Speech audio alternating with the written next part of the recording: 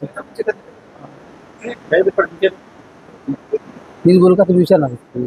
हा? सर आज जी प्रेस झाली ते नेमकं काय होतं प्रेसच्या मागे? काल दुपारच्या नंतर फेसबुकच्या पोस्टद्वारे किंवा मीडियाच्या माध्यमातून आम्ही पाहिलं की परभणी जिल्ह्याचा शिवसेनेचा जिल्हा प्रमुख जो की आता सध्या मी आहे, परंतु त्यांनी त्या ठिकाणी आनंद भरोसे नावाच्या व्यक्तीला या ठिकाणी परभणीच्या शिवसेनेचा जिल्हा प्रमुख म्हणून पत्र दिलं.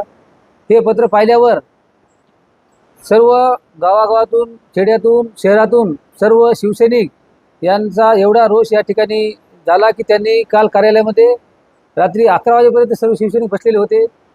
त्यांनी सर्वांनी मला विचारणा केली की भाऊ हे असं कसं झालं की आम्हाला सुद्धा विश्वासात न घेता पक्षाने हा निर्णय घेतला.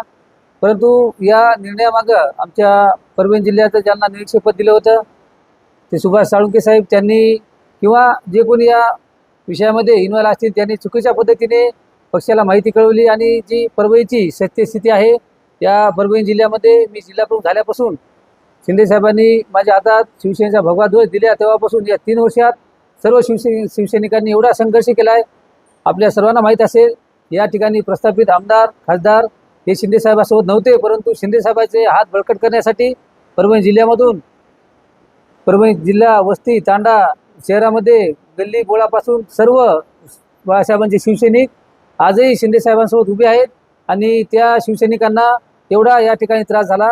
मी तुम्हाला सांगितलं की काही लोकांना 3-3 दिवस उसामध्ये लपून राहावं लागलं, अशी दहशत या ठिकाणी होती. परंतु ज्यावेळी शिंदे साहेबांनी मला जिल्हा प्रमुख म्हणून जिम्मेदारी दिली तेव्हापासून ते आजपर्यंत इथल्या एकाही शिवसैनिकावर मी अन्याय होऊ दिला नाही. त्यांच्या सुखादुखात, त्यांच्या चांगल्या वाईट प्रसंगामध्ये त्यांच्यासमोर मी उभं टाकलो आणि त्यांचे दुःख स्वतःचे समजून मी त्यांना सांभाळून नेऊन आतापर्यंत इथपर्यंत आलेलं आहे. आणि यापुढं पक्षाला आमची विनंती आहे की आपण दुसऱ्या पक्षातून आलेले म्हणजे आनंद भरोसे हे अगोदर काँग्रेसकडून निवडणूक लढवले, त्यानंतर त्या BJPत निवडणूक लढवली आणि ऐन वेळेला शिवसेनेमध्ये त्यांना तिकीट मिळालं आणि ही निवडणूक त्यांनी शिवसैनिकांच्या बळावर लढवली, शिंदे साहेबांच्या कामाच्या जीवावर लढवली आणि शेवटी याचं सर्व श्रेय स्वतः लाटण्याचा प्रयत्न केला. आणि आमच्या मुंबई या ठिकाणी वरिष्ठांना सांगितलं की 92,000 मतदान माझं आहे, माझ्या संस्थानाचं आहे, माझी जे वेगळी टीम काम करते. खऱ्या अर्थानं हा शिवसैनिकांचा खूप मोठा अपमान त्यांनी त्या ठिकाणी केलेला. आता जे तुम्ही म्हणले की खाचेकर नेमकं हे तिथपर्यंत पक्षसृष्टीपर्यंत हे निरोप कोण दिला गेला? बघा, सामान्य शिवसैनिकांचा आणि पक्षश्रेष्ठींचा मधला जो दुवा असतो तो या ठिकाणचे निरीक्षक असतात, संपर्क प्रमुख असतात. आता मी एक नाव तर आपल्याला सांगितलं आहे की सुभाष साळुंखे यांनी खूप दिवसापासून त्यांना असं होतं की म्हणजे गडगंज संपत्तीवाले आपल्याला उमेदवार लागतील, मग ते आपलं पक्ष स्ट्रॉंग करतील. परंतु मला आपल्या माध्यमातून त्यांना विनंती करायची की सुभाष साळुंखे साहेब, आपलं हे जे विचार आहेत एकदम चुकीचे आहेत. कारण आम्ही शिवसेनेमध्ये काम करतो तेव्हापासून जेव्हा बाळासाहेब होते आमच्या सर्वांची धारणा अशी होती की सामान्य कुटुंबातला मजुराचा मुलगा सुद्धा आमदार होऊ शकतो, मंत्री होऊ शकतो आणि तो जर कुठल्या पक्षात होत असेल तर ती आपली शिवसेना आहे. आणि या शिवसेनेमध्ये जर अशा पद्धतीने जर होत असेल तर नक्कीच कुठले तरी चुकीच्या पद्धतीनं हे निर्णय होत आहेत असं मला स्पष्टपणे हे निर्णयाला बळ देण्यामागे कोण? ह्या निर्णयाला बळ देण्यामागे कोण आहे तर आपल्याला 1-2 दिवसात स्पष्ट होणारच आहे ते चित्र.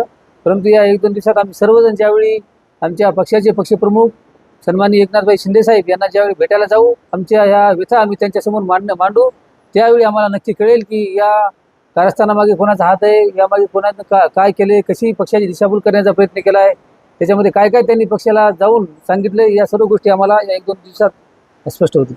पुढे स्थानिक स्वराज्य संस्थाची निवडणूक आहे आणि ऐनवेळी असा फेरबदल झाला, तुम्ही काय भूमिका करणार तुमची?